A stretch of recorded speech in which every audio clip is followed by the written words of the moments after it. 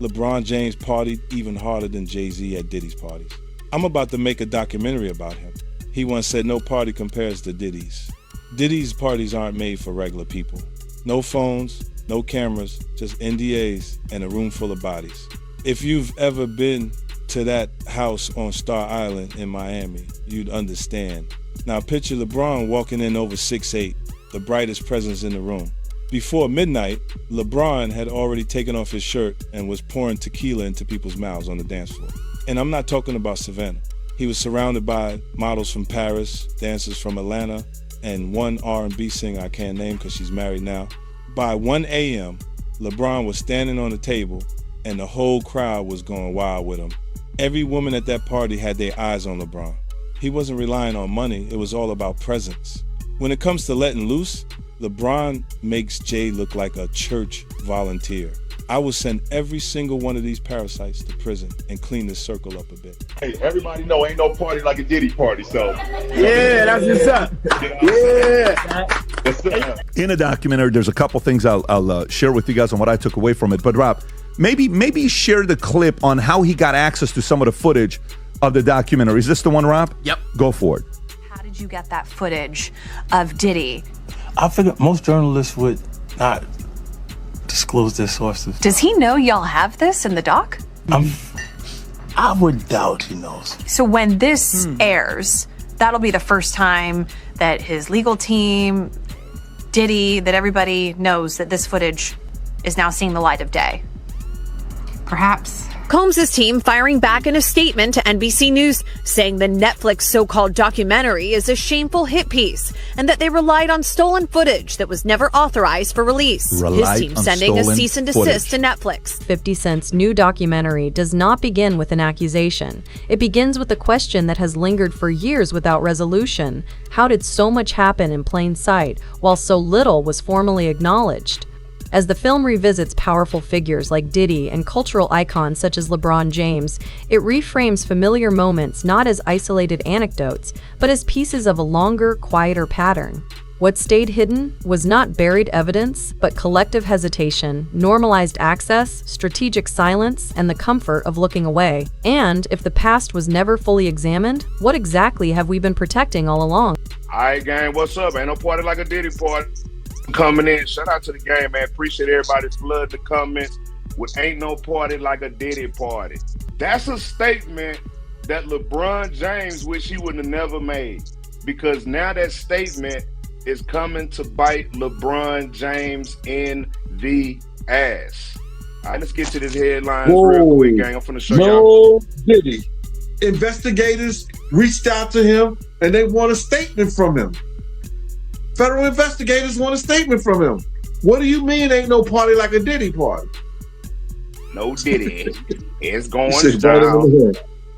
Watch this game. Let's do some headlines. Look.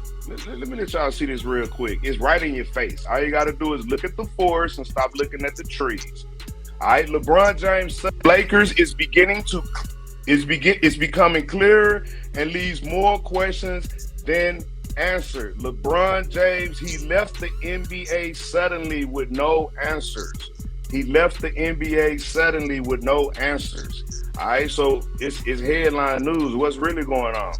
All right, LeBron James is leaving the Los Angeles Lakers.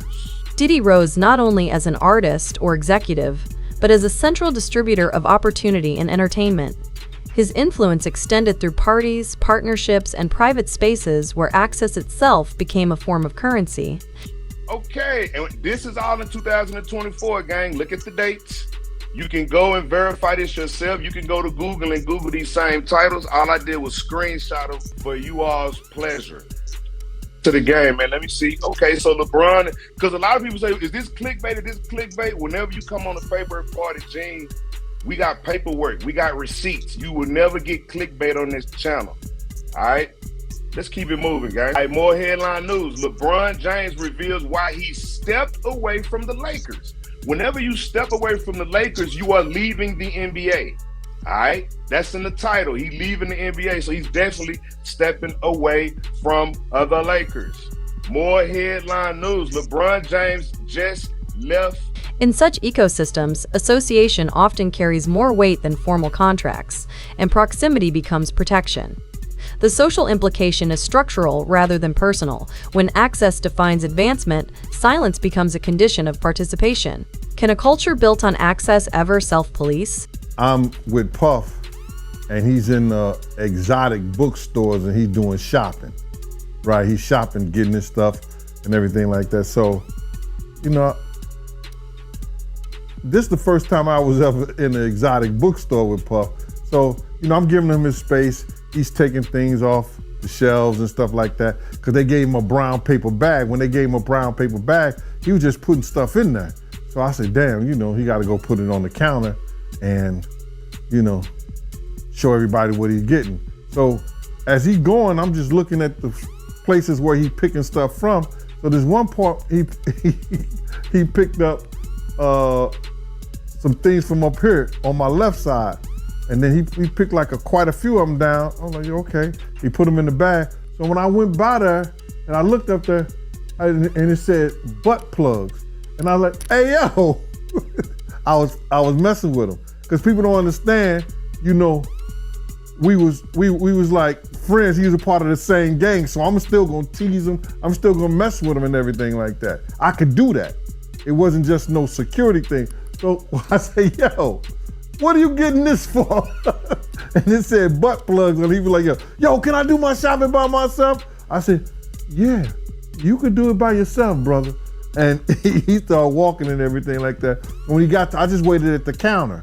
When he got to the counter, he didn't even have to show the guy nothing. He just gave the guy a wad of money. I mean, like he gave the guy a stack, something like this. And Puff wasn't the dude that carried no 20s and no 50s and nothing like that. And I mean, like, he just said, boom. And we walked out the store. So we had to leave Atlanta and go to North Carolina for a show. You understand? And it was him, this rapper, Sarah, and this other girl. We all got on a Jeep. LeBron James has long represented more than athletic excellence, occupying a space where sports, business, and moral leadership intersect. His public image has been carefully shaped around discipline, responsibility, and voice, making his associations matter as much as his statements.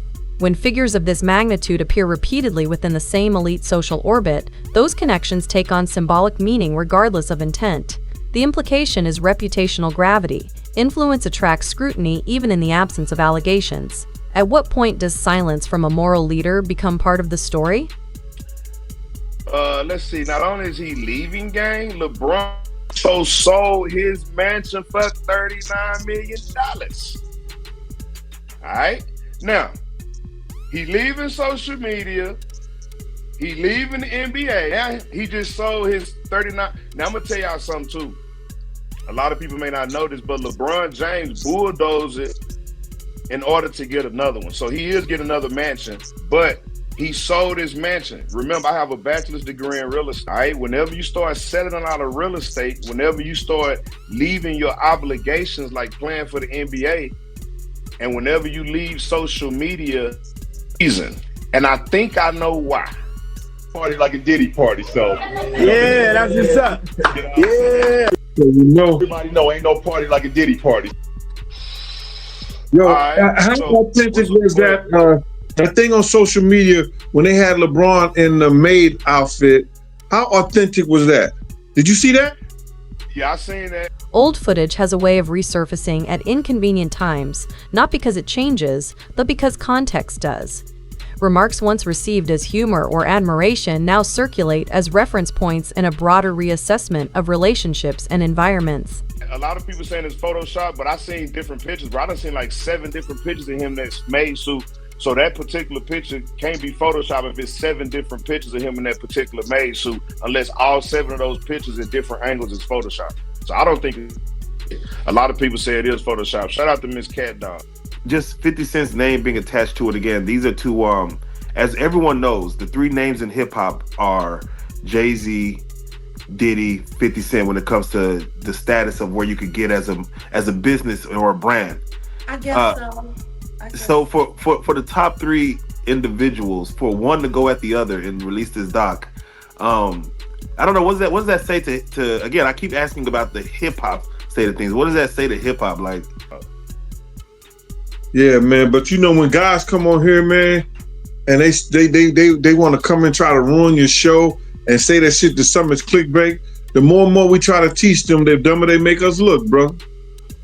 But you know what? That make them look dumb because watch this. I got 3 college degrees, bro. You know what I'm talking about? I own a lot of look, bro, my thing is this, bro. I don't have to be doing this shit, just like you don't have to be. You see what I'm saying? But a lot of people depend on this information, and a lot of people love hearing what Paperwork Party and Gene got to say. So for the thousands of people that like hearing we got to say, that's cool. For the 20 people, they need to get the fuck up out of here because it ain't no clickbait over here. Right, it's all good, man. You know what I'm saying? But let's just concentrate on the people who are we our own downfall? I guess I don't know. Well, I mean, I don't know. It all depends on what you consider hip hop. Like, I don't consider any of this debauchery, any of this animalistic crap. I don't consider any of this hip hop. I grew up in hip hop. You know, I know what hip hop culture. The documentary does not argue that words are proof, but it highlights how recorded moments can reveal comfort with spaces later called into question. The implication is cultural rather than legal. Language documents belonging. When context shifts, who controls the meaning of what was already said? It's rumored that he's been asked to come in, you know, and investigators reached out to him and they want a statement from him. Federal investigators want a statement from him. What do you mean ain't no party like a Diddy party? And bro, I'll be sick too. If I'm at a Lakers game and it's feds all in the front row looking at you, talking about, yeah, we gonna get a statement, nigga, I wouldn't go to the game, nigga. I miss the games too, nigga. Yeah, you talking about, nigga, you think the feds ain't going to LeBron games and saying, nigga, ain't no party like a Diddy party, we know what's going on? Come on, bro. And we don't even know who they said. And then there's certain women's out here that state, I don't know how authentic their statements are, but they're saying that there's tapes with them with A-list celebrities having sex with. Yes. LeBron allegedly is an A-list celebrity, allegedly. But no, LeBron is an A-list celebrity. Start off with Diddy basically recording him coming back to New York, recording himself, hiring a camera crew to technically turn himself in. You know, 5 days before he turned in, he came back to New York, you know, based on his lawyer's 6 days. Apologies. Based on his lawyer's recommendation, saying that, you know, of course, you know, he's cooperating. But for him to be recording this, yeah, Mark Agnew Fatfo, I'm calling him. Yeah. Do you think his lawyers suggest? I mean, do you think that's just Diddy hubris, or like what was that as far as him just saying, "I'm gonna record this whole process"? Yeah, go ahead. Yeah. You know, we should ask. We should ask Mr. Busby. Is LeBron James next on the list to be indicted? That's what we should do. We should call Mr. Huh? You got Busby number? Yeah, I got Busby's cell number right here. We should call Busby and be like, hey, is LeBron, matter of fact, let me put the question up. The question for the day, gang, ain't nobody trying to be funny. Will LeBron James be indicted with Diddy? That's the question for the day. Diddy done already been indicted. LeBron James say it ain't no party like a Diddy party. Busby say it's a lot of people on the list that he ain't said, he ain't. As official information slows, unofficial narratives accelerate. The absence of clear, authoritative explanation creates space where speculation thrives, not necessarily because it is accurate, but because it feels unanswered. The documentary traces how years of quiet allowed rumor to function as a substitute for transparency, blurring the line between allegation and assumption. The moral implication is collective frustration. When silence dominates, rumor becomes participation. Is rumor the failure of truth, or the consequence of withholding it?